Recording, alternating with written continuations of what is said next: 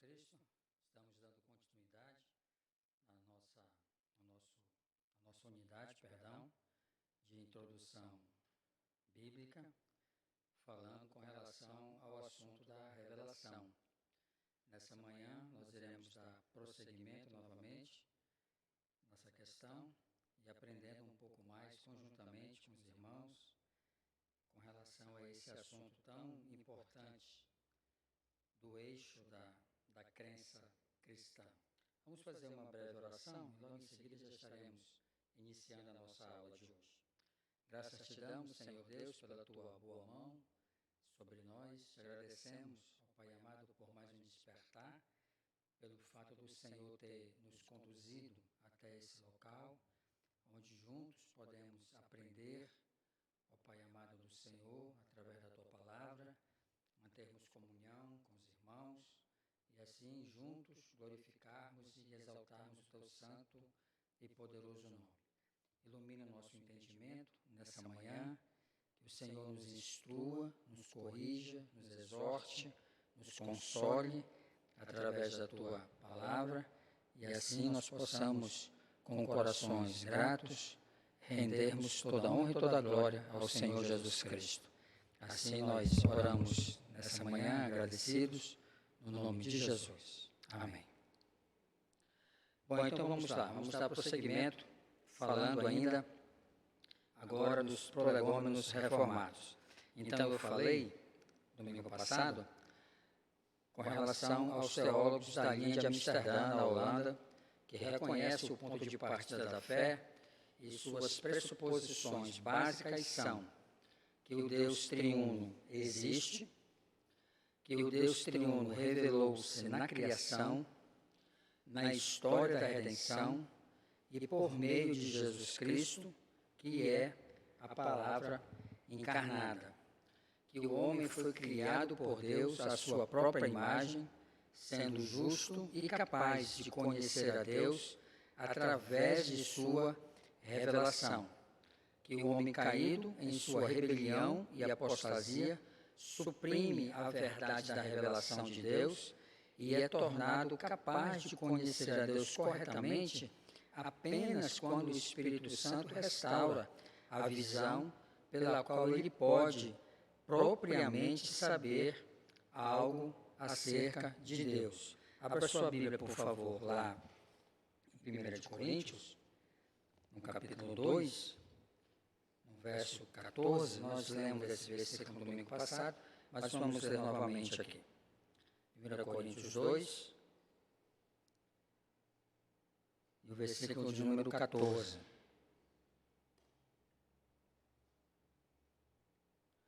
Mas o homem natural não compreende as coisas que são do Espírito de Deus, porque para ele são loucuras, e não as pode conhecer, porque se discernem espiritualmente. Então a queda, como nós falamos, ela causou esse distanciamento, um distanciamento tanto moral, como também um distanciamento espiritual entre o homem e Deus. Antes da queda, a revelação geral, ela era suficiente para conduzir o homem em direção a Deus. Mas devido à queda, a revelação geral, digamos assim, que ela foi enfraquecida. Agora, faz-se necessário Deus trazer uma outra revelação, que nós chamamos de revelação especial. Não que no Éden, antes da queda, não houvesse revelação especial. Já havia. Por quê? Porque Deus vinha na viração do dia e se comunicava diretamente com Adão. Então já havia, assim, de uma forma embrionária, podemos dizer assim, a revelação especial ali no Éden. Agora, devido à queda, isso acentuou-se. Deus precisou trazer essa revelação agora como uma norma para conduzir o homem de volta a Deus. Então, por isso que hoje as pessoas, grande parte delas, idolatram a natureza. Dão até um codinome para isso, né? A mãe natureza. Não é isso? Por quê? Porque agora ele sufoca, como nós aprendemos em Romanos 1, ele sufoca essa verdade de Deus revelada na Escritura pela mentira. Então, por isso que há essa confusão. Daí que surge as religiões de orientações naturais. Por quê?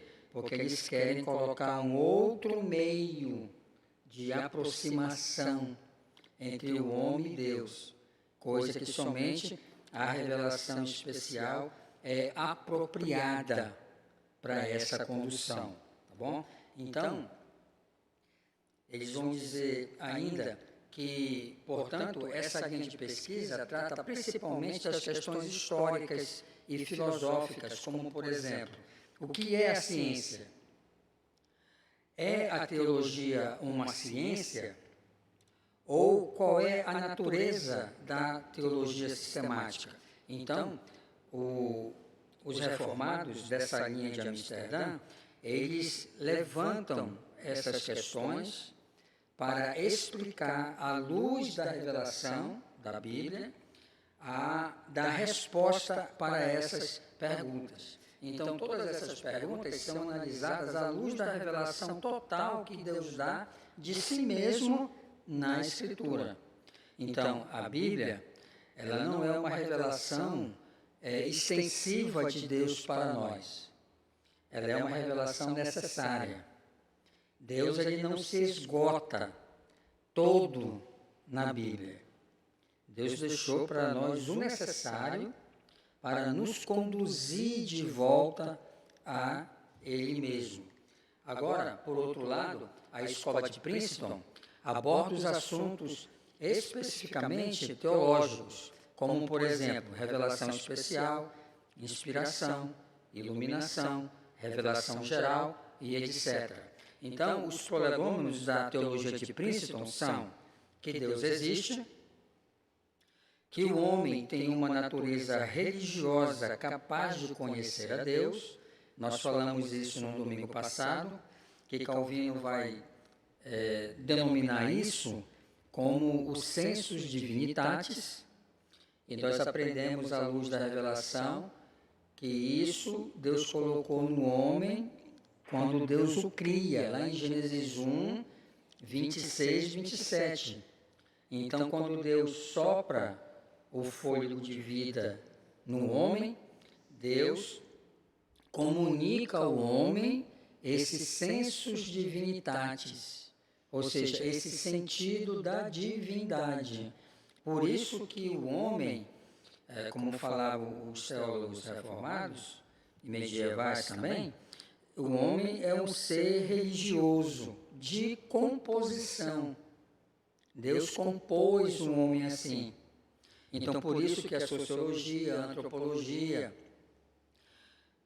as ciências da religião, em todas as eras e em todas as culturas, isso é um fato comprovado, historicamente, cientificamente, podemos afirmar também. Esse senso de divindade e esse senso religioso em todas as culturas e em todas as eras. Por que isso? Porque o homem foi composto assim, tá bom? Então, essa natureza religiosa, devido à queda também, ela não é suficiente para essa recondução. A religião, a palavra religião, significa justamente isso, religar-se. Então, tanto a revelação geral quanto esse senso de divinitatis dentro do homem, eles não são eficazes nesse religamento do homem para com Deus. É preciso a revelação especial agora, que revela Cristo, e aí Cristo é quem nos religa novamente com Deus, tá bom?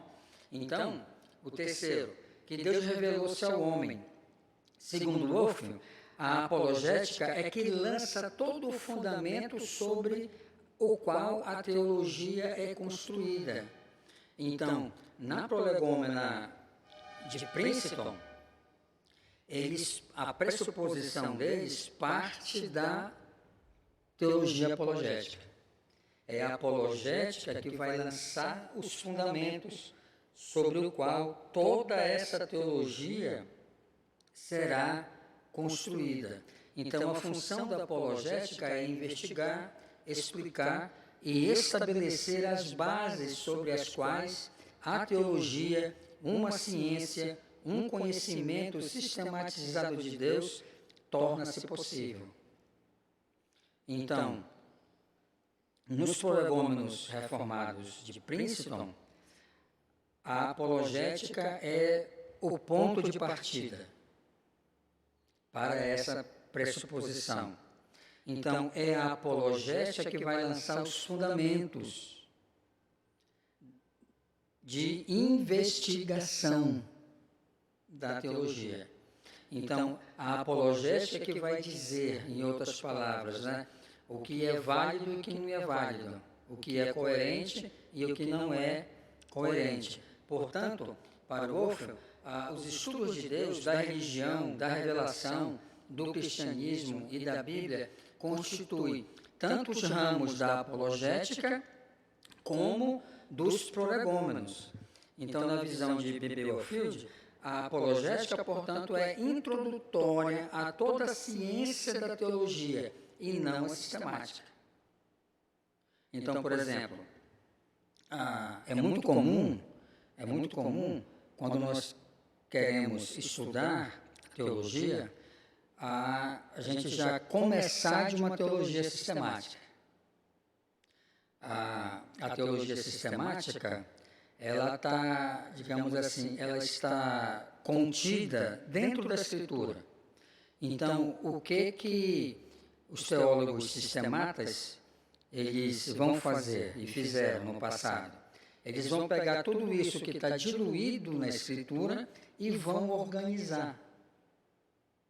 Então, cristologia, soteriologia, pneumatologia, a escatologia, a teontologia, tudo isso está solto dentro da Escritura. Então, eles vão pegar e sistematizar isso.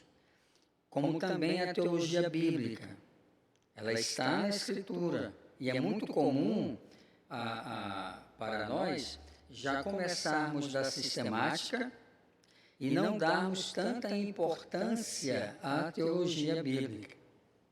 Mas ambos são importantes. A teologia bíblica não vive sem a sistemática e a sistemática não vive sem a teologia bíblica. É importante nós sabermos disso. Agora, para os teólogos de Princeton, a apologética, ela é, digamos assim, os prolegômenos. Eles não partem de uma sistemática, eles não partem de uma teologia bíblica. Eles analisam primeiro o que a apologética diz sobre esses determinados assuntos. Então, para eles, a importância da apologética filosófica, da apologética psicológica, da apologética histórica e da apologética bibliológica também. Tá bom? Então, mais uma vez, quando nós estudamos a palavra de Deus, é preciso, eu falei isso já domingo passado, mas quero repetir novamente, evitar que nossas crenças prediletas acabem por controlar nossa interpretação das Escrituras. Frequentemente, somos tentados a interpretar textos bíblicos de forma a concordarem com o nosso pensamento.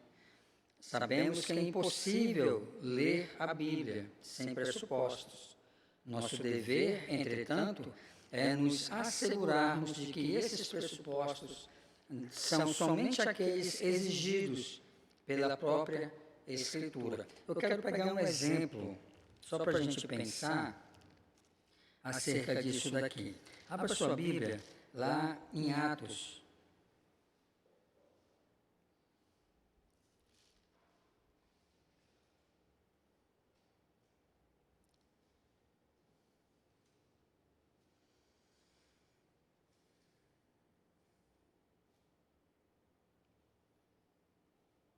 Capítulo 2, a partir do verso 37. Vamos acompanhar. E ouvindo isso, compungiram-se em seu coração e perguntaram a Pedro e aos demais apóstolos: que faremos, varões e irmãos? Respondeu-lhes Pedro: arrependei-vos e cada um de vós seja batizado em nome de Jesus Cristo para perdão dos pecados, e recebereis o dom do Espírito Santo. Porque para vós é a promessa, para vossos filhos e para todos os que estão longe, para quantos o Senhor nosso Deus chamar. E com muitas outras palavras testificava solenemente isso e os exortava, dizendo: salvai-vos dessa geração perversa. Assim que receberam bem a sua palavra, foram batizados. E naquele dia agregaram-se quase 3.000 almas. Qual é o ponto que eu quero trazer para os irmãos aqui, fazendo menção desse texto? Por exemplo, o Atos é um livro histórico, é um livro que relata o começo da história da igreja na era cristã. Agora, nessa passagem aqui, o texto fala de batismo. Agora o texto não está falando com relação a quê? A forma. A forma aqui o texto não nos descreve. Como é um livro descritivo, não é um livro normativo, ele só está descrevendo aqui o que os apóstolos fizeram. Ele não está dizendo aqui como eles fizeram. Se foi imersão ou se foi aspersão.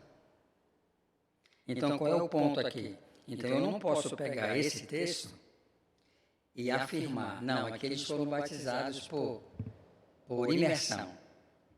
É improvável. Por esse texto aqui, improvável. Por que é improvável? Eles não poderiam usar os banhos públicos para fazer isso. Então, como é que eles iam? Eles não tinham um local físico. A igreja primitiva reunia-se nas casas. Então, eles não tinham um local físico para fazer isso. Então, eu não posso, por isso que Augusto Nicodemos é bem pertinente isso aqui que ele fala. Então, por mais que eu creia dessa maneira ou creia de outra maneira, eu não posso permitir que a minha crença normatize o texto bíblico. Quem normatiza o texto bíblico é a palavra, não é a minha crença. Se a minha crença estiver errada em qualquer ponto, a função da Escritura é corrigir esse crer, para que o meu crer seja um crer correto. Um crer correto. E isso tem tudo a ver, irmãos, tem tudo a ver. Porque as pessoas, hoje, nós ouvimos isso. O importante é crer em Jesus. Não, só isso não é suficiente. Eu tenho que crer em Jesus, mas eu tenho que crer corretamente em Jesus Cristo.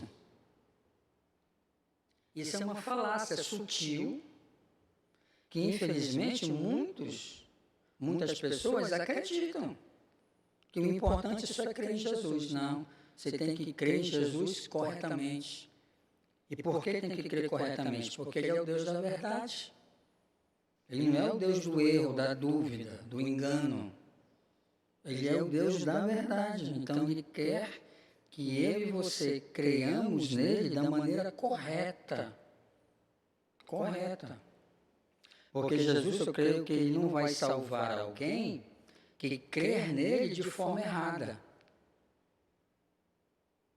Tem que crer nele corretamente. Que Ele é Deus, que Ele é o único Salvador, que Ele é o único mediador, que Ele é o nosso advogado, o único advogado, Ele é o único mediador. Então as pessoas, eu creio em Jesus, um exemplo, né? Mas elas creem em outros meios de mediação. Aí o que 1 de Timóteo, abra lá, por favor. Aí o que 1 de Timóteo, no capítulo de número 2, no verso de número 5, vai nos ensinar. Se porventura algum irmão ou irmã queira fazer uma pergunta, é só pegar aqui que a irmã Rossana, ela vai dar o microfone, para poder nossos irmãos que estão em casa ouvirem a sua pergunta e a resposta, tá bom? Então, 1 Timóteo 2,5, olha lá. Porque há um só Deus e um só mediador entre Deus e os homens, Cristo Jesus, homem. Então, por exemplo, se a pessoa afirma assim, eu creio em Jesus, no Jesus Deus, essa crença está errada. Essa crença está errada. Nós temos que crer no Jesus Deus e temos que crer no Jesus homem. Porque ele é as duas coisas. E hoje, Jesus continua sendo as duas coisas. Continua sendo 100% Deus, porque nós pensamos que isso ficou restrito apenas à encarnação. Aí depois que Jesus ressuscitou, Jesus não precisou mais ser homem, ou seja, o negócio foi desfeito, né? Não. Jesus hoje continua sendo 100% Deus e continua sendo 100% homem, como sempre foi. Às vezes nós pensamos que só houve necessidade de Jesus ter corpo para a obra expiatória, né? Depois que ele ressuscitou, não foi preciso mais Jesus ter corpo. Não. Ele continua com o mesmo corpo da encarnação, só que um corpo glorificado, sem limitações de tempo e espaço. Entendeu? Mas continua com o corpo. Por isso que iremos vê-lo. Porque é o único membro da Trindade que possui corpo. O único. Então, o nosso crer tem que ser esse crer correto. Tem que ser um crer correto. Tá bom? Então, qual é a importância disso? Que quanto mais nós estudamos a Escritura vai fazendo essas correções. Agora, para isso, um ponto importante é eu estar com o coração aberto. Para ser o quê? Instruído nesse ensino, para que o Espírito Santo faça essas devidas correções. Tá bom? Olha o que Francis Schaeffer vai nos dizer. Deus existe e, de fato, Ele falou conosco através da Bíblia, para nos contar coisas sobre si mesmo, sobre nós e sobre o mundo. Tornou conhecido para nós aquilo que jamais poderíamos descobrir por conta própria, através de nossos questionamentos e busca. Deus revelou para nós a verdade sobre o mundo em que vivemos, a verdade sobre a existência humana e a verdade sobre si mesmo.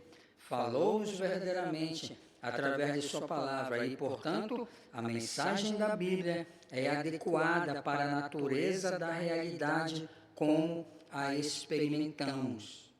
Então, se eu quero saber a realidade de todas as coisas, não na sua extensão,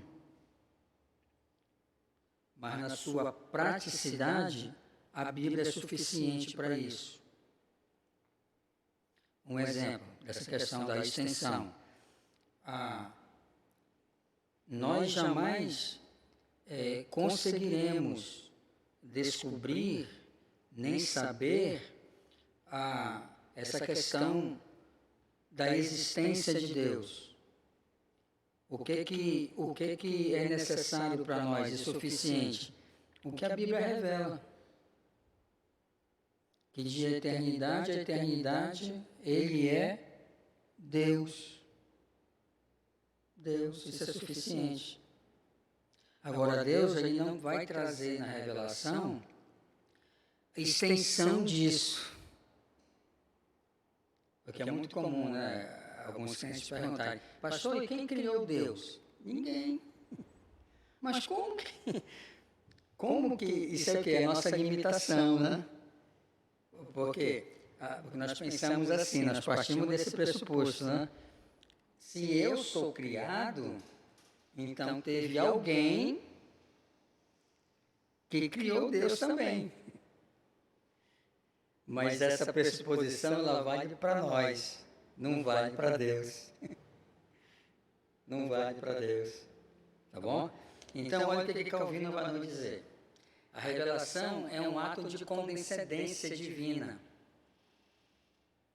Deus, na sua palavra, acomoda-se à nossa capacidade, balbuciando a sua palavra a nós, como as amas fazem com as crianças. Ou seja, Deus adapta-se à linguagem humana visando ser compreendido. Calvino vai chamar isso de o balbuciar de Deus. Então, na revelação, Deus ele condescende até nós. Ele acomoda-se à nossa capacidade. Porque se Deus não fizer isso, ele seria incompreensível. Incompreensível. Então, nós não sabemos a linguagem de Deus. Então, Deus adapta a nossa linguagem. Para quê? Para que eu possa compreendê-lo. Então, Deus livremente, ele faz isso. E ao fazer isso, não significa que Deus torna-se inferior ao homem. Não. Pelo fato dele ser o soberano, é que ele pode fazer isso.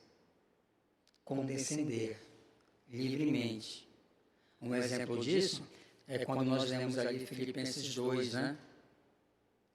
Onde Paulo descreve a questão ali da encarnação de Jesus Cristo. Mesmo sendo Deus, não tomou por usurpação ser igual a Deus. Antes, condescendeu. Ou seja, a encarnação, quando a gente estuda a cristologia, nós aprendemos isso. A encarnação é uma humilhação para o Verbo. Porque nós entendemos que, quando nós falamos assim de humilhação, nós pensamos que só foi na cruz, Cristo humilhado. Onde que Cristo foi humilhado? Na cruz. Não. Pode fechar, irmão. Pode fechar essa porta, né? Acho que fica melhor. A revelação não, a encarnação é uma humilhação. Porque o primogênito do Pai, o unigênito do Pai, deixa sua glória e vem até nós.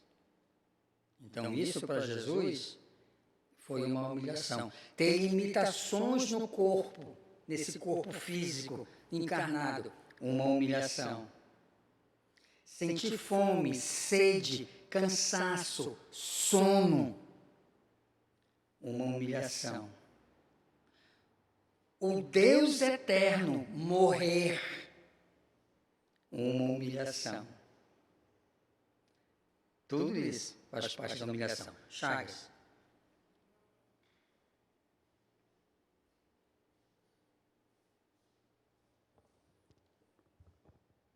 Pastor, o senhor falou que Cristo ele foi 100% homem, 100% Deus e continua sendo 100% homem, 100% Deus. João disse que o Verbo se fez carne e habitou entre nós.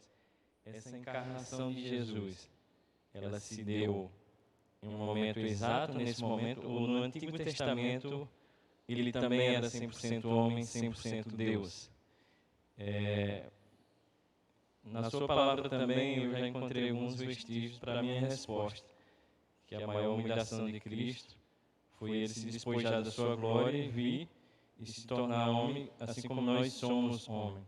Mas a minha dúvida em relação a essa encarnação dele, né? Se no Antigo Testamento, eu sei que no Antigo Testamento ele também veio, todas as vezes que ele teve contato com o homem, que o homem pôde vê-lo, ali ele era homem, né, na sua forma física.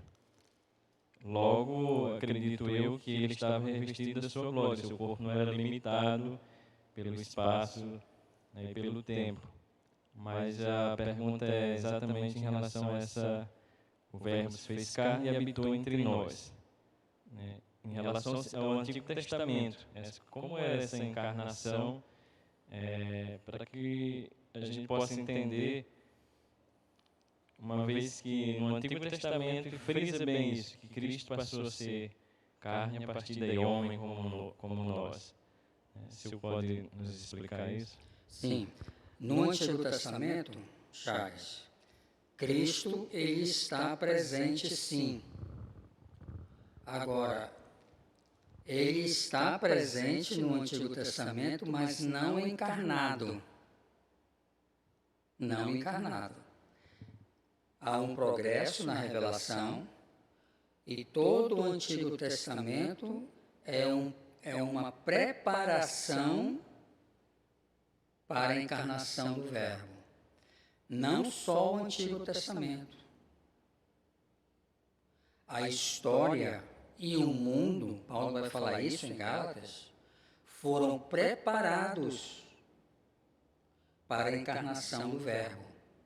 Um exemplo disso, na época quando Cristo nasce, já há um sistema criado pelos romanos de correios, já há pelos romanos criados também as bases do direito civil, do direito criminal, já há estradas. Na época de Cristo, vai ser instituído a Pax Romana, ou seja, quando Cristo encarna, o mundo está em paz. Você não vê guerras, pode prestar atenção nesse período. Então Deus, na condução da história e também provendo para a história isso, o próprio Deus prepara o cenário para a encarnação do Filho. Agora, Cristo está presente no Antigo? Sim, é claro que está. Não como homem. Porque em 1 Coríntios 10, vamos abrir lá. Nós aprendemos isso, eu falei rapidamente, que Cristo está no Antigo Testamento quando o Novo afirma que ele está. Então, é muito comum, né? Você já deve ter ouvido isso, as pessoas pegarem Cantares 2, aquele versículo. Eu sou a rosa de Saron, o lírio dos vales. Aí muitas pessoas afirmam que essa rosa de Saron é Jesus. Gente, não é. E não é porque Jesus nunca foi comparado a uma rosa.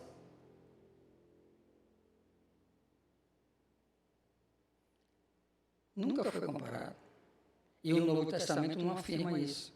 Então, se o Novo Testamento não afirma, isso é uma norma hermenêutica, então eu não posso dizer que aquilo ali é Jesus. Eu afirmo quando o Novo afirma. Então, Paulo está afirmando aqui, 1 Coríntios 10, olha lá, versículo 4. E todos beberam da mesma bebida espiritual, porque bebiam da rocha espiritual que os seguia. Quem era a rocha? E a rocha era Cristo. Então, em quem Moisés bateu,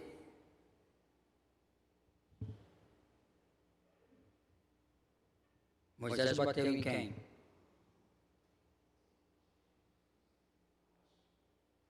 Bateu em Cristo. Bateu em Cristo. Ó, teologia bíblica. Na primeira vez, Deus mandou ferir, não foi a rocha? Fere a rocha. E sairá água. Foi isso? Aí o que Zacarias vai dizer? Fere o pastor e as ovelhas se dispersarão. Quem é o pastor? Cristo. Por quê? Porque em João 10 o próprio Cristo vai afirmar: eu sou o bom pastor. Então, quando Moisés fere, ele está ferindo Cristo. E Isaías 53, mas ele foi ferido pelas nossas transgressões. Então, quem é o servo sofredor de Isaías 53? Na perspectiva profética, né? Que essa profecia de Isaías 53, ela não se esgota toda ali. Ela tem perspectivas. Então, o servo sofredor diz a plenitude, podemos dizer assim, do servo sofredor de Isaías 53 é Cristo, que é ferido pelas nossas transgressões. E Jesus, ele vai nos dizer também, aquele que beber dessa água tornará a ter sede. Mas aquele que beber da água que eu lhe der, aí, que água é essa que Jesus vai dar? É o Espírito Santo. Jamais tornará a ter sede. Então, Cristo, ele está lá, não como homem, não como pessoa, mas ele está através de figuras, porque não era a hora ainda. Deus agora, ele está caminhando com a sua comunidade pactual. Vai chegar a plenitude dos tempos, onde o verbo vai ser necessário o verbo encarnar-se para habitar entre nós. Ou seja, e Deus dá uma sombra disso, desse habitar, desse... Na verdade, não é a tradução correta, Charles, não é habitar, é tabernacular. Qual é a sombra disso no Antigo? O templo, o tabernáculo. Então, chegaria um momento na história da redenção que o próprio Deus tabernacularia com os homens. E ele fez isso através do Verbo. Cristo encarna. Então, Cristo, para a gente encerrar, Cristo, ele só passa a ser carne, sangue, e ossos, e pele, e nervos, e tendões, e cabelos, e tantas outras coisas no Novo Testamento. Mas ele está no Antigo, desde a criação. No princípio criou Deus os céus e a terra. Todas as coisas foram feitas por meio dele. E sem ele, nada do que foi feito se fez. A vida estava nele. E a vida era a luz dos homens. Tá bom? Beleza. Então vamos lá. Então, a revelação, um ponto bem simples. Se eu perguntar para você, o que é a revelação? Revelação é um ato de condescendência divina. Deus, Ele adapta-se à nossa palavra, balbucia como as amas fazem com as crianças, visando ser compreendido. Se Ele não fizer isso, Ele fica incompreensível para nós. Irineu de Leão, ele entendia muito bem isso. Que, na verdade, Calvino vai pegar esse princípio de Irineu, né? Vai extrair de Irineu.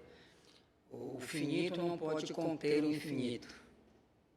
Então, nós, como seres humanos finitos, nós não podemos conter o infinito, tá bom? É necessário que Deus condescenda a mim e a você. Então, a sã doutrina, queridos, quanto mais rigorosamente examinada, sempre demonstrará ser uma tarefa impossível de ser concluída e jamais será alguma coisa que se apresente pronta, mesmo atrás das formas mais primitivas do ensino cristão, do ensino de Jesus ao dos apóstolos. A sã doutrina está continuamente sendo buscada. Então, esse é o desafio do teólogo, né?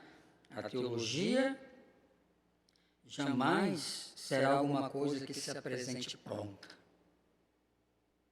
Então, a nossa teologia, ela sempre está em construção e sempre está em reavaliações. Por quê? Porque Deus não se esgota.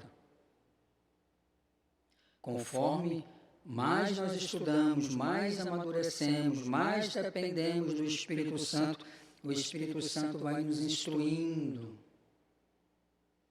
E crenças de outrora, que para mim e para você eram imexíveis, o Espírito Santo nos ilumina e nos faz enxergar por uma outra perspectiva. Digamos assim, ele abre o nosso leque de perspectivas. E assim, a nossa doutrina ela vai sendo sempre reexaminada, sempre se reexaminando, né? E crescendo cada vez mais. Tá bom? Então, o conceito de revelação é correlato necessário de toda religião. Como a crença na revelação pode ser encontrada em todas as religiões. Revelação e religião ficam de pé ou caem juntas. Então, por exemplo, os adventistas eles acreditam que os ensinos de Ellen White é uma espécie de revelação. Os Mormons, a revelação do anjo Moroni a Joseph Smith. Os testemunhos de Jeová, a mesma coisa. Os kardecistas, a mesma coisa. Tanto é que tem o Evangelho segundo Kardec. Então, toda e qualquer religião, religião e revelação, ou ficam de pé ou caem juntas. Não existe isso. Tá bom? Então, a religião é a arena da redenção. Salvadores podem ser encontrados por toda parte. Existem divergências a respeito do que e do como da religião, mas a questão permanece. O que eu devo fazer para ser salvo? Toda religião. A resposta aos três maiores interesses da religião, Deus, humanidade e salvação, exigem revelação. Revelação. Se de fato a religião consistentemente implica em uma relação com Deus, segue-se que essa divindade deve existir para a mente do crente, deve revelar-se e, portanto, deve ser, em alguma medida, cognoscível, ou seja, conhecível. Ou a religião é uma ilusão, ou ela deve ser baseada na crença na existência, na revelação, na cognoscibilidade de Deus. Em cada um desses seus três componentes, como representação ou ideia de Deus, como afeição religiosa e como ato de Deus, a religião implica que cremos na existência de Deus e o consideramos cognoscível, conhecível, através de sua revelação. Por exemplo, já os agnósticos e os céticos não creem na revelação.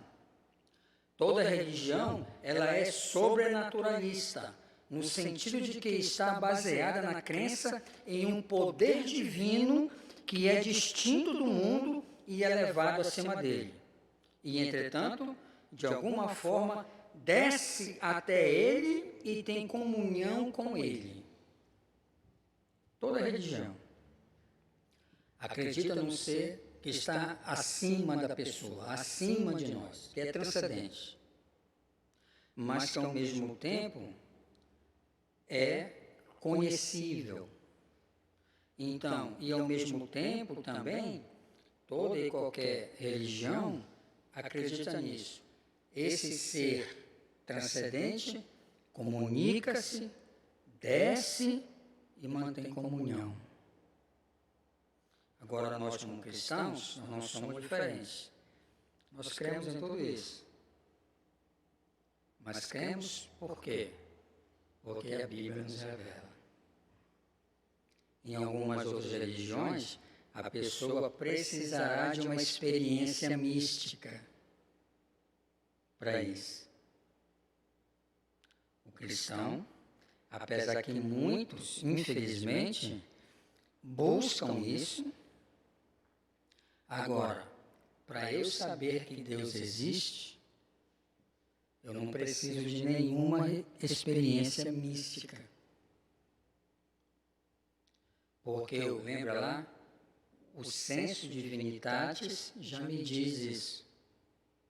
A minha consciência já fala isso. A racional.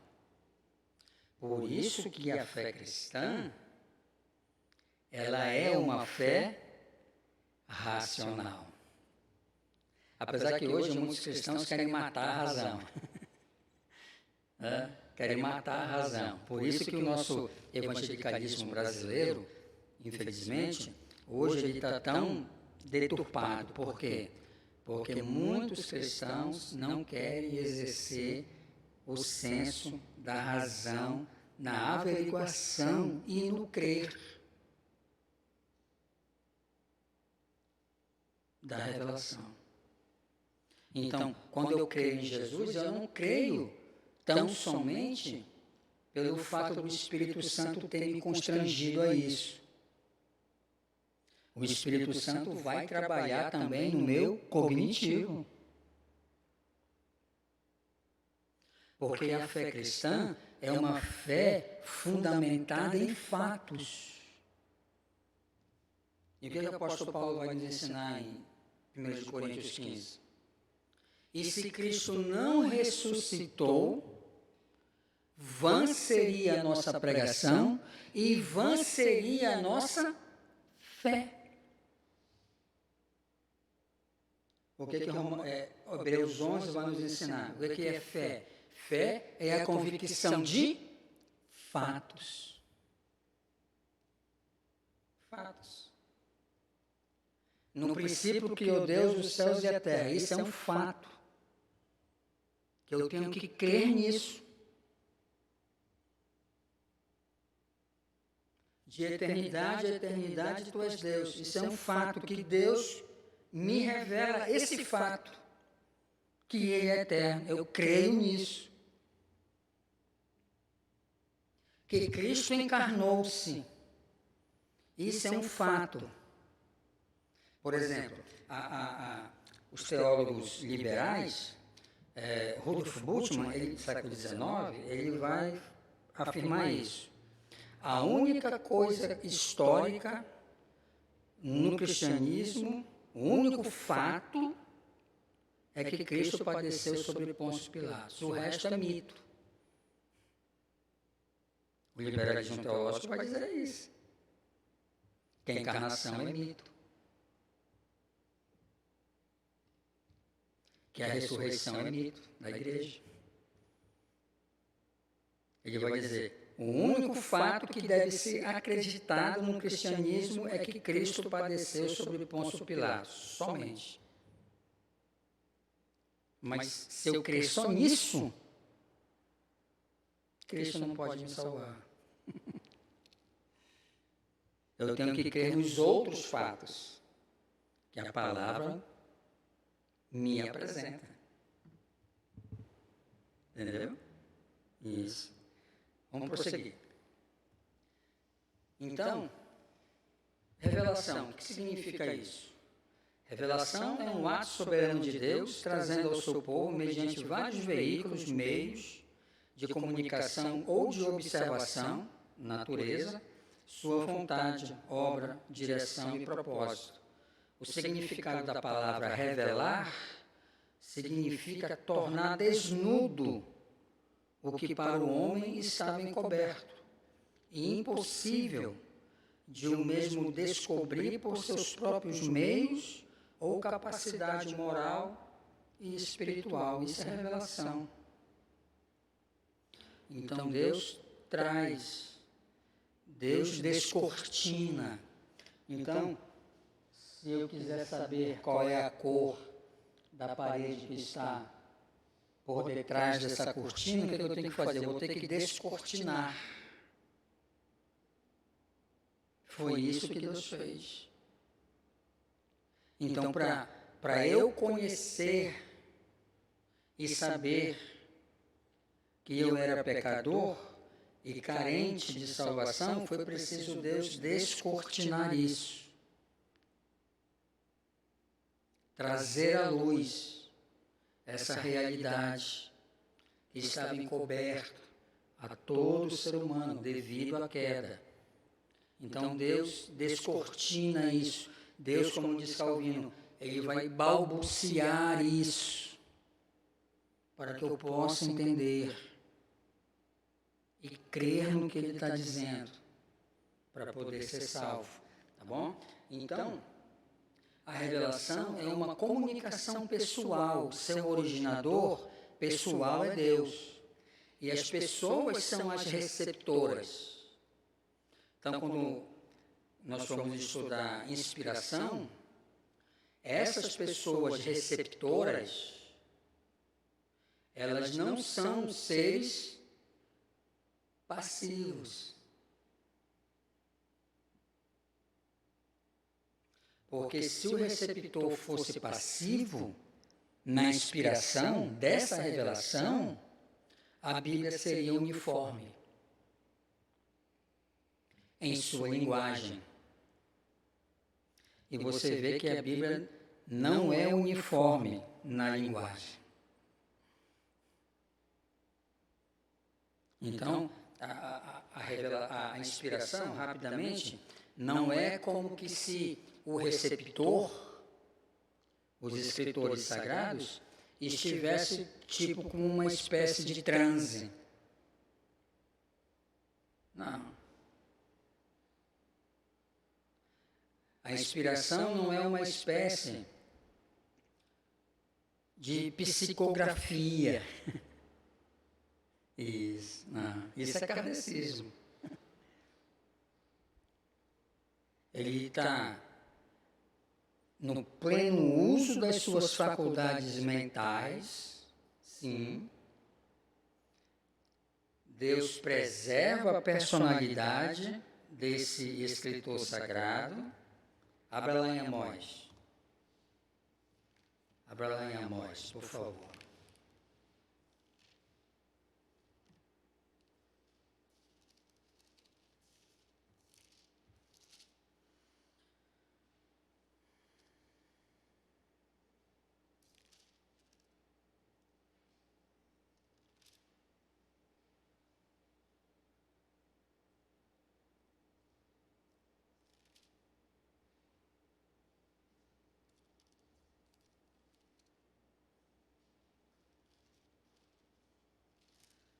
Abre Amós, capítulo 4. Olha o versículo 1. Ouvi esta palavra, vacas de Bazã, que estais no monte de Samaria, que oprimis os pobres e quebrantais os necessitados, que dizei aos vossos maridos, trazei e bebamos. Agora, vá lá em Amós, capítulo 7 agora.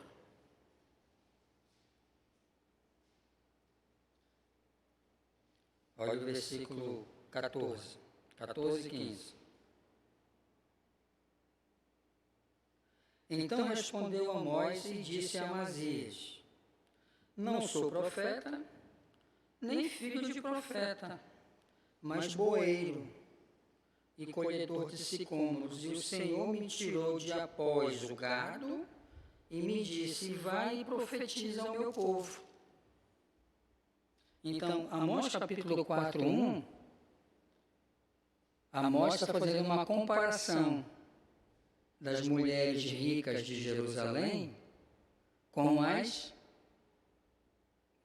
vacas que ele apacentava lá em Bazã, que era o melhor pasto. As vacas de Bazã eram como se fossem as vacas holandesas de hoje. Robustas, sadias, boas produtoras de leite.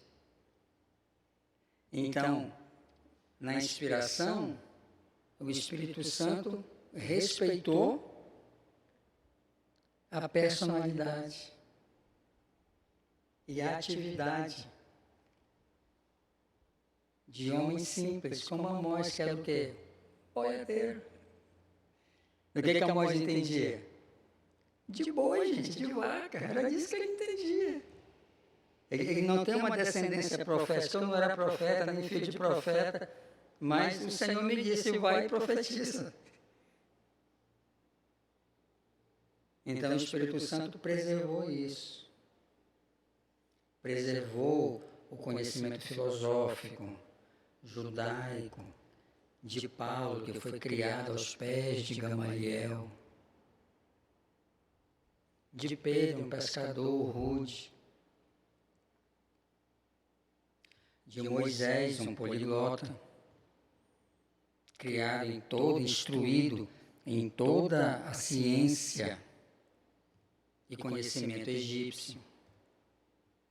Josué, um homem guerreiro, valente, e por aí vai, tá bom? Então, ela consiste em pensamento e falas pessoais. Como quando Deus fala a Abraão e Moisés, às vezes, além da fala direta de Deus, a revelação inclui agentes pessoais, portadores dessa revelação, como a gente vai ver muito isso no Antigo Testamento, como o anjo do Senhor. Esse anjo do Senhor nada mais é do que um mensageiro de Deus. Por exemplo, quando a gente vê lá em Apocalipse, né, João, lá na ilha de Patmos, vem um anjo e traz a ele a revelação. Então esse anjo é o quê? Nada mais do que um agente portador dessa revelação. Aquelas visões de Daniel, não é? Daniel teve aquelas visões, né? Não entendeu nada. Aí o que Deus vai fazer? Vai enviar um anjo para interpretar para Daniel. Agora, teologia bíblica, olha a importância da teologia bíblica, né? Agora, no Novo Testamento, quem faz isso? O Espírito Santo. Jesus diz lá em João 14, né? Quando eu for, mandarei um semelhante a mim, um paráclito, né? E ele vos ensinará todas as coisas. Então, hoje eu não posso orar assim para Deus, ó Deus, envia o teu anjo para me ensinar. Deus não vai fazer isso. Fez isso no passado. Mas, pastor, está na Bíblia. Deus é o mesmo ontem, hoje e será eternamente. Você já viu crente usando esse versículo fora do seu contexto? O que esse versículo está falando? Que Deus é obrigado a fazer no passado e é obrigado a fazer hoje? O versículo não está dizendo isso. O que o versículo nos ensina? Está ensinando a imutabilidade de Deus. Não está dizendo que Deus é obrigado a tirar água de rocha hoje. Deus não é obrigado. Ele fez lá atrás. E fez com um propósito. Porque a rocha apontava para quem? Para Cristo. Deus hoje não cura e nem salva mais ninguém botando uma haste no meio do deserto e uma cobra lá pendurada. Aquele que olhar para ela será curado. Deus não faz mais isso hoje. E nem salva ninguém por esse meio. Por quê? Porque a vara e a cobra apontavam para quem? Para Cristo. Assim como Moisés levantou a serpente no deserto, assim importa que o Filho do Homem seja levantado, para que todo aquele que nele crê tenha vida eterna. Lembra da nossa primeira aula? Deus hoje não manda mais ninguém fazer pasta de figo, apesar que ainda tem um bocado de gente que ainda pensa assim e faz, né? Deus não manda fazer pasta de figo e botar em cima de feridas para a pessoa ser curada. Porque nós aprendemos que todo exemplo bíblico só é válido se há uma aprovação, uma norma no Novo Testamento.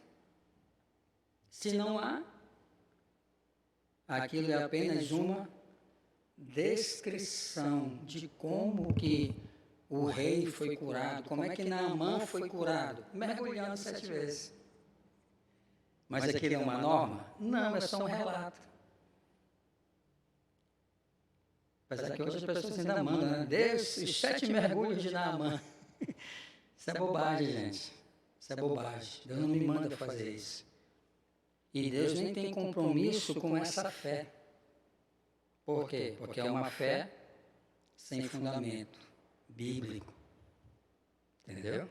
Sem uma fundamentação bíblica. Então, esses agentes no Antigo Testamento, tá bom? Então, no centro da revelação está Deus, que dá a si mesmo um nome. Uma característica peculiar dessa revelação é o nome que ele mesmo revela, e não apenas um poder mágico. Por exemplo, Moisés fez essa pergunta: Senhor, e quem eu vou falar, o que eu vou dizer, quem me enviou, se me perguntarem quem foi que te enviou? Não foi? Aí Deus vai revelar um nome. Moisés, quando eles te perguntarem, tu vai falar: o eu sou me enviou. Quando eles ouvirem isso, eles vão saber que fui eu. Então Deus revela isso para Moisés, que Moisés sabia. Ele conhecia Deus e tudo, bacana, Deus revelou-se ali na sarça, mas e o nome?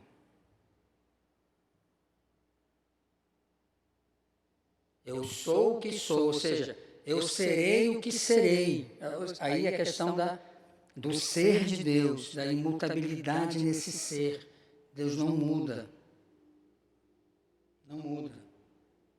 Então, quando os hebreus falavam assim: o Deus de Abraão, o Deus de Isaac, o Deus de Jacó, além de ser o Deus da aliança, que fez aliança com Abraão, com Isaac e com Jacó, mas era um aspecto dessa aliança era o quê?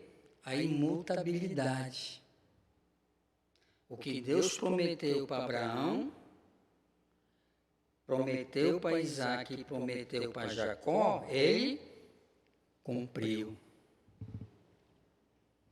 Então, quando Moisés falasse isso, eles iam entender, foi o Deus que prometeu para Abraão, foi o Deus que prometeu para Isaac, foi o Deus que prometeu para Jacó, os nossos pais. Então, eles saberiam que era Deus. Então, ele revela isso, e ele não é apenas um poder mágico, que se manifesta em algum local sagrado, nem alguma ficção literária habilmente articulada, tá bom? Apesar que, quando a gente pega o Antigo Testamento, os judeus, eles se poluíram, podemos dizer assim, tanto com aquele senso religioso, idolatraram tanto esse senso religioso, que eles delimitaram Deus. A quê? Delimitaram Deus a Jerusalém e delimitaram Deus ao templo. Eles não conseguiam conceber Deus fora dessas limitações de espaço. Tanto é que isso está na mente daquela mulher samaritana. Jesus a indaga. Vocês samaritanos, vocês dizem que é nesse monte, no Monte Gerizim, que Deus deve ser adorado, que Deus está aqui. Já os ortodoxos, judeus, eles dizem que é em Jerusalém. Aí Jesus desmonta o esquema dela, desmonta esse esquema de um local sagrado, de delimitação de Deus. Vai chegar o tempo que nem lá nem cá. Aí Jesus vai trazer uma definição de Deus. Deus é Espírito. E importa que os seus adoradores o adorem em espírito e em verdade. Mas isso já está no Antigo Testamento. Jonas estava no templo, estava em Jerusalém, quando ele orou e adorou a Deus. Não, ele estava onde? No ventre do peixe. E lá Deus ouviu, e lá Deus respondeu, e de lá Deus, dentro do ventre do peixe, Deus operou. Então, o Deus que se deixa conhecer pelo nome é o Espírito absoluto, que habita no mundo invisível, que define e delimita o destino humano. Então, o Deus ao qual nós servimos é esse Deus que se deixa conhecer pelo nome, pelo eu sou. Ele é esse Espírito absoluto que habita nesse mundo invisível. E é Deus quem define, e é Deus quem delimita o destino humano. Isso não compete a nós. Então, hoje, as pessoas, como não têm esse entendimento, muitas vivem de maneira desenfreada, fazem de tudo para prorrogar a longevidade, né? Prorrogação da longevidade, prorrogação da longevidade. A ciência cada vez mais descobrindo, promovendo, né? Longevidade, mas só que esse Deus invisível, ele já delimitou. Já delimitou. Por mais que vivamos 70, 80, 90, há uma delimitação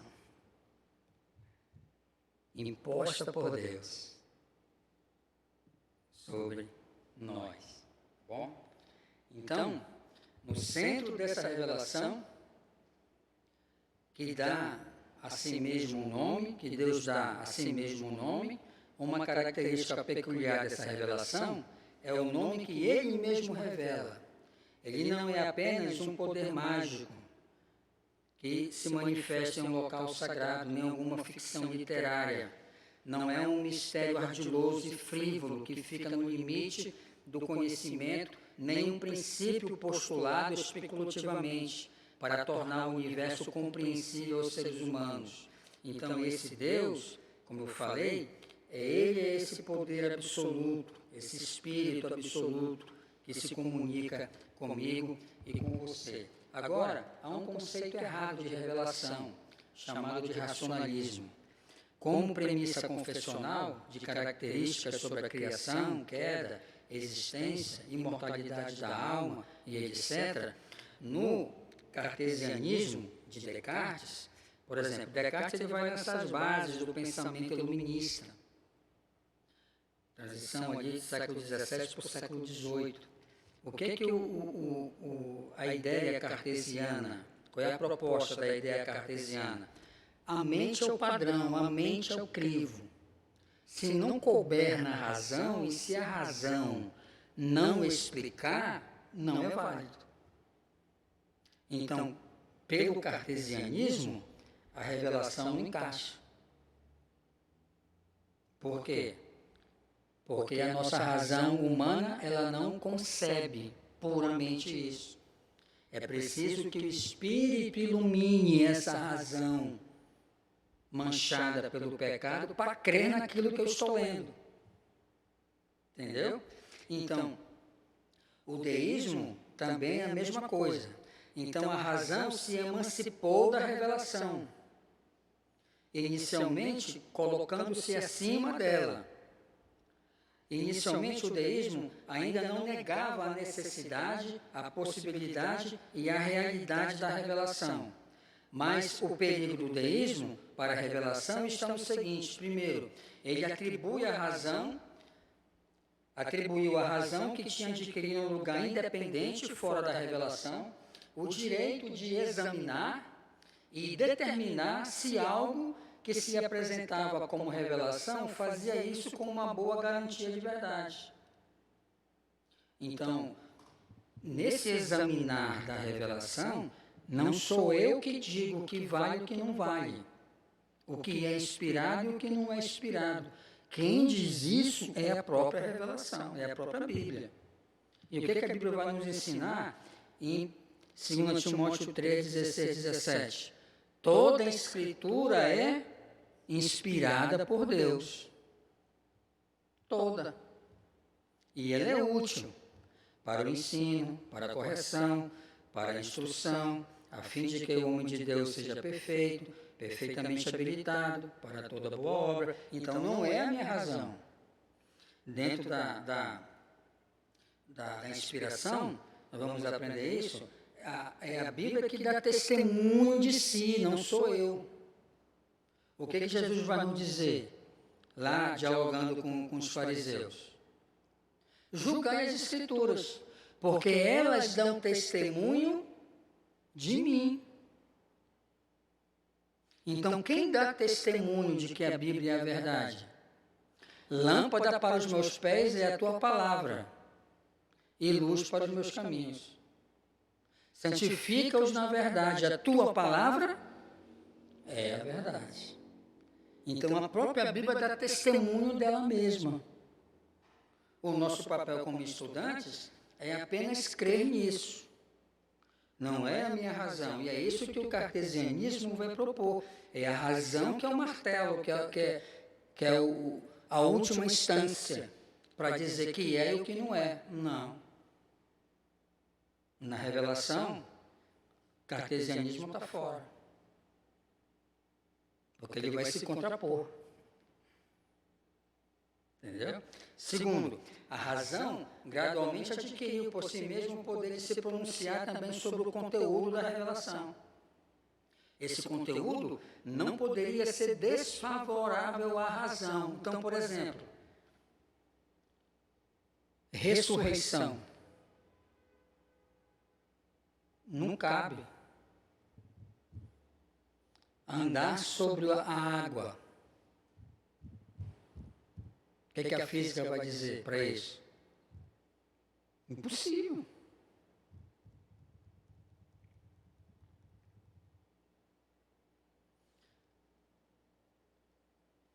Como que pode uma pessoa ser gerada no ventre sem fecundação. O que é que a ciência vai dizer? Impossível. Então, o cartesianismo colocou a razão nesse patamar. Era ela quem dizia o que poderia, o que era favorável ou não favorável. Então, não podia conter nada daquilo que estava principal e potencialmente presente na razão e, portanto, também ser julgado por isso. Se eu não posso julgar pelo entendimento, pela razão, então não é válido. Materialmente, o Evangelho não poderia ser outra coisa, senão a verdade da razão. Agora, nós como cristãos, nós não desprezamos a razão, não é isso. A razão, ela não está sobre, ela está sob a iluminação do Espírito Santo. É o Espírito Santo quem ilumina a razão e habilita a nossa razão, poluída pela queda, a crer nisso daqui, a averiguar os fatos, a analisar os fatos pela ótica da revelação. E aí ele me ajuda a crer nisso que está revelado. Eu não me coloco sobre, eu estou sob. Deus, ele nunca é objeto de pesquisa. Tinha um professor, século XIX, Emil Barnes, ele falou isso. Agora, para os seus alunos, né, de laboratório, ele entrou no laboratório e disse: alunos, agora vamos descobrir Deus. Nós, como humanos, não temos essa capacidade. Porque Deus nunca é objeto de pesquisa de ninguém, de nada. Ele é o eu sou, o transcendente, que condescende para com as suas criaturas e permite que as suas criaturas caídas conheçam algo dele, que ele revela na Escritura, que é a nossa matriz. Por isso que fora dessa matriz da Bíblia, o conhecimento acerca de Deus, da religião, do mundo, do cosmos, em qualquer campo, vai estar manchado. Vai estar manchado. Por quê? Porque Deus é a nossa matriz, é a nossa, como eu falei anteriormente, né? É a nossa base epistemológica. Tá bom? Então vamos lá. Agora, também tem a crítica bíblica, literária. A crítica histórica literária aborda e trata a Bíblia como qualquer outra literatura. Então, esses acadêmicos, eles vão tomar por base o pensamento iluminista de Descartes. Então, eles vão chegar aqui no século XIX, na alta crítica alemã, e eles, qual é o pressuposto deles? Cartesianismo. Então, eles vão fazer essa crítica da Bíblia, fazendo da Bíblia como qualquer outra literatura, utilizando-se de métodos e informações da antropologia, da arqueologia, da sociologia, história e linguística. Então, desta forma, caracteriza-se de um modo geral por não partir do dogma da inspiração e inerrância. Então, a primeira pressuposição deles não é uma pressuposição dogmática, extraída da religião, extraída da teologia. Eles vão partir, qual é a primeira pressuposição? Cartesiana, iluminista. Em outras palavras, cética. Não coube na razão, descartado. Certo? Então, para efetuar suas análises. Então, basicamente, a autocrítica bíblica procura responder às seguintes perguntas: quando e onde um texto particular se originou? Agora, eles vão buscar resposta para essas perguntas na antropologia, na arqueologia, na sociologia, na história, na linguística, não busca na revelação. Como, por quais razões, por quem e para quem e em que circunstância o mesmo foi produzido? Então, por exemplo, nós aprendemos que a revelação ela tem um contexto redentivo. Então, cada livro que consta na Bíblia, ele tem um propósito. E ele fala algo, ele ensina algo, ele aponta para algo, propositalmente. Então, se eu não entender isso, a Bíblia não vai fazer... A Bíblia, na verdade, será uma grande colcha de retalhos. E essa é a dificuldade de muitos crentes por não entender isso. Não entender que a Bíblia narra uma história, lembra lá? Criação, queda, redenção, consumação. Esse é o quadro. Que todos os livros da Escritura correm dentro desse eixo de criação, queda, redenção, consumação. Exemplo da consumação, Apocalipse. Então, se não entendermos isso, essas circunstâncias em que o mesmo foi produzido, nós não entenderemos. Um exemplo, por que existe na Bíblia, por que está na Bíblia o livro de Levítico? Contexto histórico. O povo sai do Egito, 430 anos lá de servidão, povo totalmente manchado, podemos dizer assim, por um contexto politeísta, idólatra. Deus resgata esse povo de lá. Quem é o libertador? Quem é o libertador? Moisés.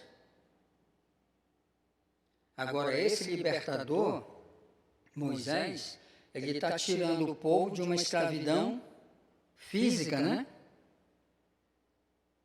Agora, quem foi o libertador que nos tirou da escravidão espiritual? Cristo. Moisés aponta para ele. Moisés aponta para ele. Na verdade, Moisés é só um meio, né? O libertador mesmo é Deus. O libertador mesmo é Deus. Ok. Êxodo 20, Deus dá as normas, né? Deus vai dar as leis para relacionamento, não é? Verticais e horizontais. Agora o povo está em direção à terra prometida, não é isso? E agora esse povo ele vai precisar aprender a se relacionar com esse Deus que é santo. Por isso que está o livro de Levítico. Porque Deus agora vai dar todas as leis, todas as cerimônias, todos os rituais, para que o povo aprenda como eles podem se aproximar de um Deus que é santo. Então, Levítico, essas são as circunstâncias em que o livro de Levítico foi produzido. E esse livro, ele aponta para Cristo. Porque Paulo vai dizer que Cristo se fez santificação por nós. Abra lá em Hebreus 10. Hebreus 10.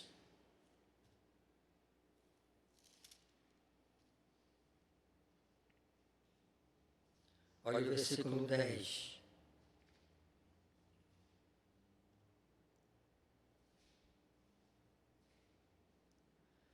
Versículo 9 e 10. Logo disse, eis aqui vem, ó Deus, para fazer a tua vontade, tira o primeiro, para estabelecer o segundo. Nessa vontade, na obediência de Cristo, fomos santificados mediante a oferta do corpo de Jesus, Cristo, feita uma vez por todas.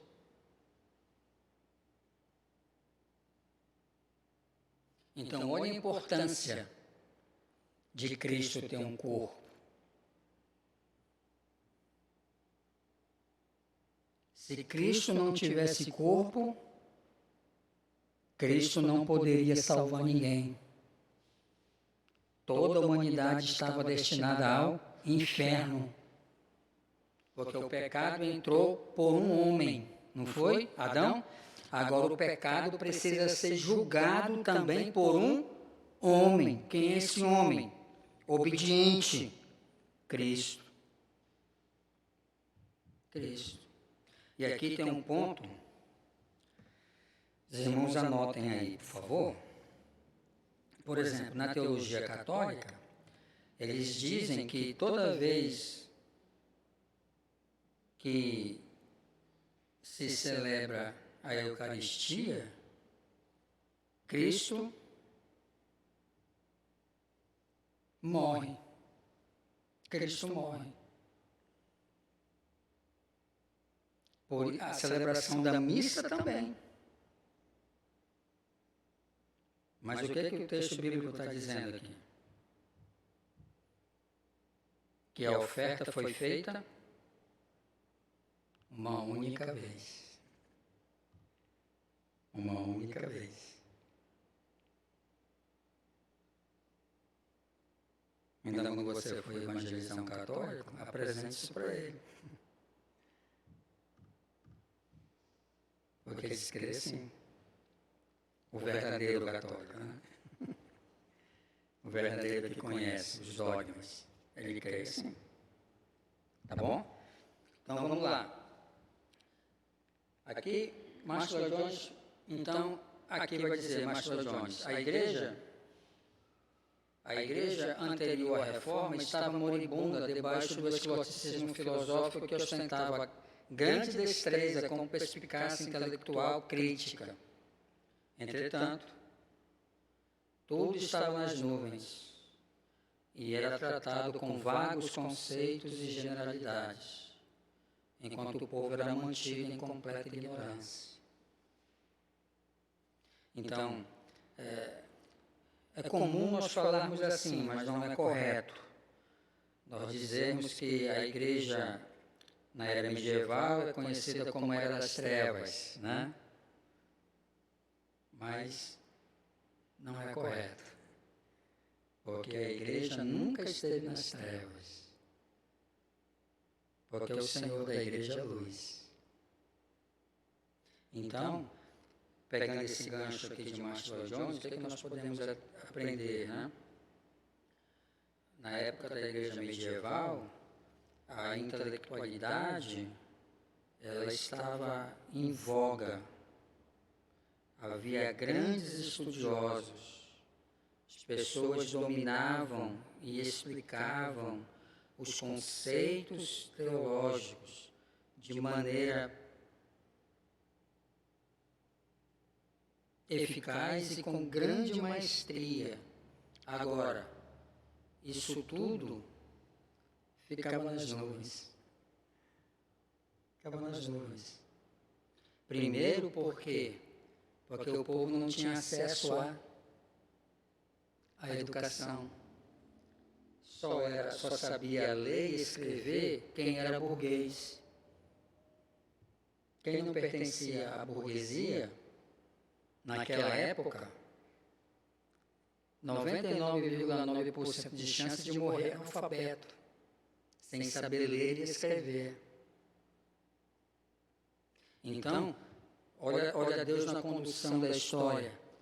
Gutenberg, apesar que os inventores de fato foram os chineses, né?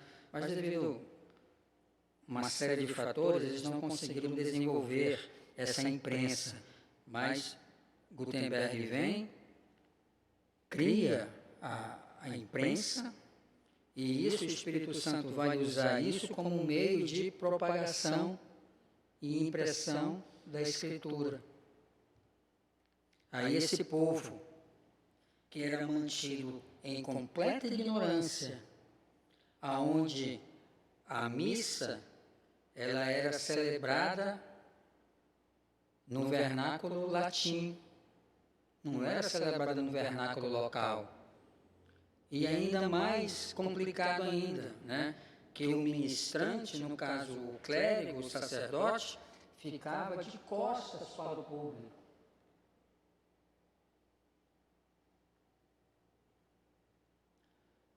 Gregório vai instituir na igreja o chamado cântico gregoriano, onde não há sentido, não faz sentido algum aquilo, é algo tão somente transcendente. É nesse contexto em que o povo está mantido em completa ignorância. Aí vem o Espírito Santo, né? Ilumina Lutero, Romanos 1,16. O justo viverá pela fé. Já tinha lido esse versículo inúmeras vezes. Era monge. Mas quando lê agora com a iluminação, entende. Aí o Espírito Santo levanta. Agora Deus vai usá-lo para tirar esse povo da completa ignorância. A primeira coisa que Lutero faz é traduzir a Escritura para a língua alemã. E agora esse povo vai ter acesso à verdade, ao conhecimento. Por isso que Cristo vai dizer: conhecereis a verdade, e a verdade vos libertará. O povo é liberto.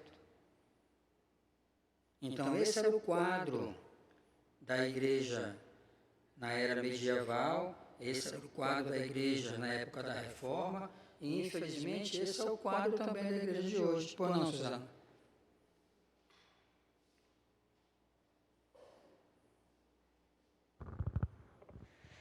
Pastor, eu queria que o senhor clarificasse um pouquinho mais para mim essa questão, essa frase, né, de que a igreja, ela falar que está na era das trevas, idade das trevas. Que igreja é essa? Né? A igreja católica teve um auge muito forte no período da Idade Média, e eu entendo a era das trevas como a era do obscurantismo. A era exatamente em que historicamente não era dado a conhecer aos homens a respeito de Deus. Inclusive esse exemplo que o senhor deu, né, de que virava-se de costa, né, as missas rezadas em latim, ninguém entendia nada, não é? Então, muitas missas foram rezadas com padres de costas para o seu público, para que realmente não houvesse entendimento.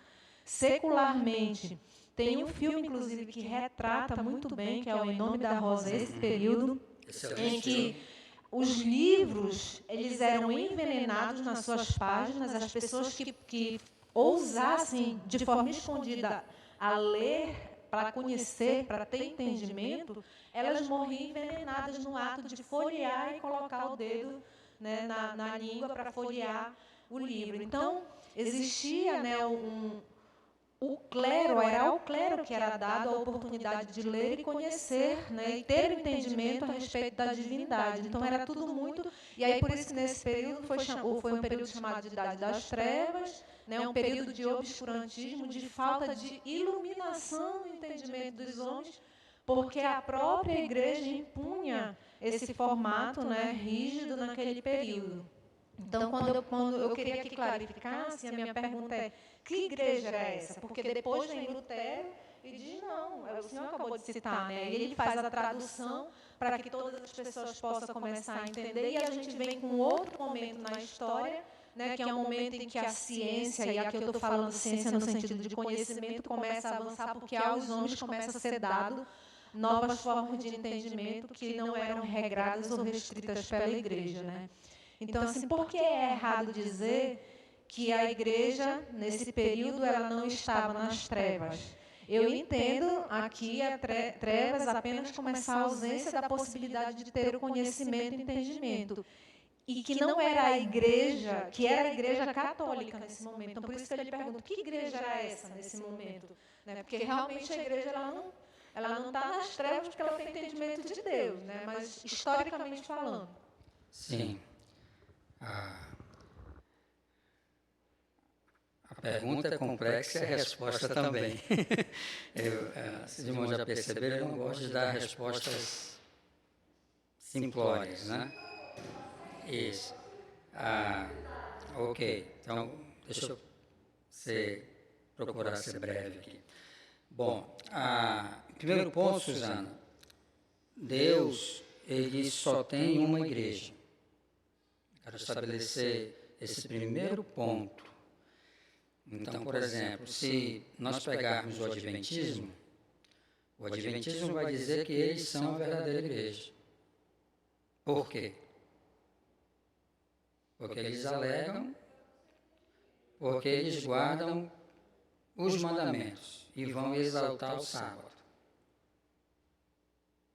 Agora, quando nós pegamos a Bíblia, tanto no Antigo quanto no Novo Testamento, nós vamos aprender uma premissa que Deus estabelece. Que nem todos de Israel são de fato israelitas. Que Deus sempre preservou o seu remanescente fiel. Então, a primeira coisa que nós devemos entender é que Deus não tem compromisso com uma denominação. O que é o romanismo? O romanismo é uma denominação, porque católico eu sou. Você é. Nós somos. O que é católico? Universal. Essa é a tradução. Eu não sou romanista, mas eu sou católico. Isso. Eu sou católico. Por quê? Porque eu faço parte da Igreja Universal. Então, essa Igreja Universal, até meados do século IV, era uma única igreja. Uma única igreja. A partir do século IV, então, século I, II, III, século IV, nós vamos presenciar, eu citei um aqui, Irineu de Leão, que era os pais da igreja, ou seja, que eram os padres da igreja. O que significa a palavra padre? É pai. Eram os bispos, os pastores dessa igreja. Agora, o que foi ocorrendo gradualmente, porque os desvios, é bom quando nós estudamos a história da igreja, nós temos que aprender isso, que os desvios que a igreja sofreu não foram desvios abruptos, assim de uma hora para outra. Não, gente, isso são processos que são desencadeados. Foram processos que foram desencadeados ao longo dos séculos. Então, até o século IV, havia uma unidade.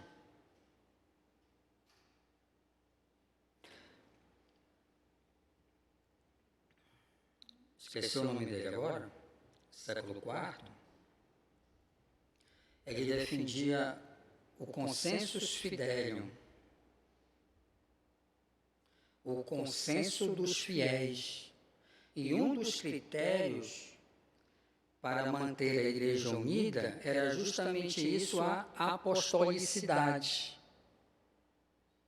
Com relação aos escritos. Então, Suzane, a partir do século V, o que esses padres fizeram? Porque nessa era a igreja está sendo muito atacada por heresias. Muito atacada. Então, o que eles fizeram?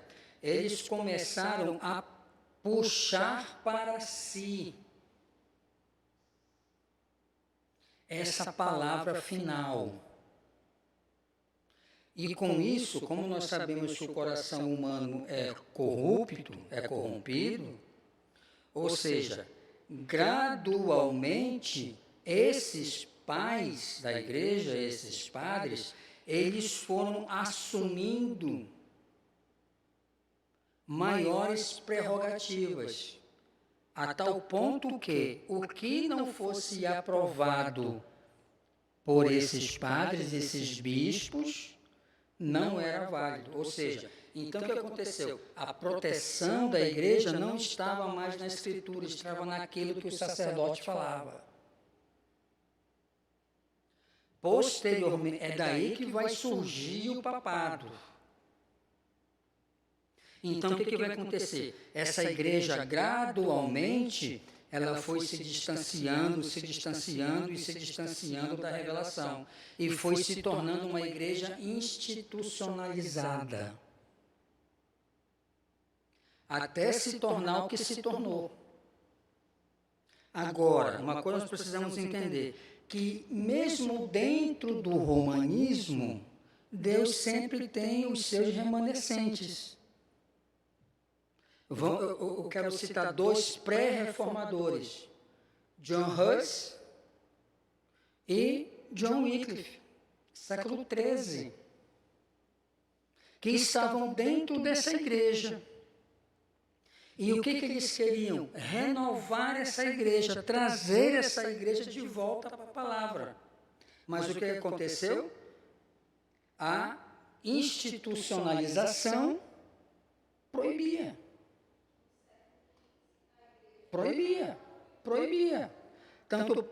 Tanto proibiu que eles foram queimados vivos como hereges. Mas eles eram o quê? Remanescentes. Eles tinham uma fé genuína, pura, escriturística. Eles queriam uma igreja pura. Vai passar um século, praticamente, até que surge Lutero, um remanescente. E Lutero, quando nós estudamos a história da Reforma, Lutero nunca quis dividir a igreja. Essa acusação que os romanos fazem sobre Lutero. Lutero nunca quis dividir. O que Lutero queria? Reformar. Só isso. Agora, como vai reformar se o clérigo está totalmente institucionalizado? Além de institucionalizado, corrompido.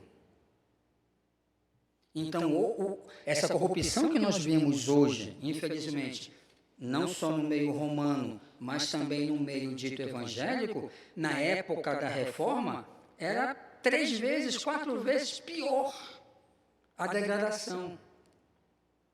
De clérigo frequentar bordéis escancaradamente. De clérigo ter famílias fora do ministério. A compra de posição dentro da institucionalização. Então, esse é o ponto que eu quero estabelecer. Deus só tem uma igreja. E que igreja é essa? Que nós chamamos de igreja invisível e de igreja visível. São os seus remanescentes. Então, essa época é chamada Idade das Trevas, na história da igreja, justamente devido a igreja está submersa nisso. Agora, por que eu digo que a igreja nunca esteve nas trevas? Porque Deus tem um remanescente. Deus conhece o seu verdadeiro. Então, o que aconteceu foi justamente isso. Deus vai usar um remanescente para resgatar a sua igreja. Tá? Então, por exemplo, hoje, nós não estamos diferente disso. Nós precisamos, o quê? Precisamos de uma reforma. Porque, querendo ou não, hoje as nossas igrejas se tornaram o quê? Institucionalizadas. Hoje, infelizmente, em muitos meios, a denominação sufoca o corpo. E o corpo não pode pensar, não pode agir, não pode caminhar fora daquilo que a denominação diz que é norma. E qual é a nossa norma? É a Escritura. Sufoca. Sim. Ou seja, o que aconteceu? A denominação se tornou um fim em si mesma, aonde usa o corpo local. É isso que o romanismo fez. Sufocou o corpo local e usa o corpo local para manter a instituição. E é o contrário. As denominações servem para servir o corpo local e não vice-versa. E não o contrário. Então, esse era o cenário do século XIII, XIV. Na verdade, tem um conflito de datas, mas vamos tabular século V até século XV, Idade Média. Então, essa era a situação. Essa era a situação. Então, a igreja, ela emerge desse caos. Então, podemos entender que a reforma foi a mesma coisa que Deus falasse assim, Suzana, haja luz. A igreja submersa naquele caos primevo de trevas, de apostasia, de pecados, de imoralidades, de negociatas. Então, Deus vai usar a reforma como essa espécie, haja luz. E a igreja ressurge novamente. Aí vem os avivamentos da história da igreja. Então, hoje, para a gente encerrar, o que nós precisamos? Nós precisamos ouvir novamente esse Fiat, né? Lembra do Fiat?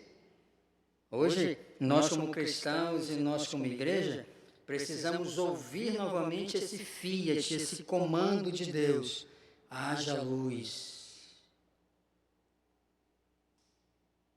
O Deus que disse que das trevas resplandeça a luz, foi Ele quem resplandeceu no nosso coração.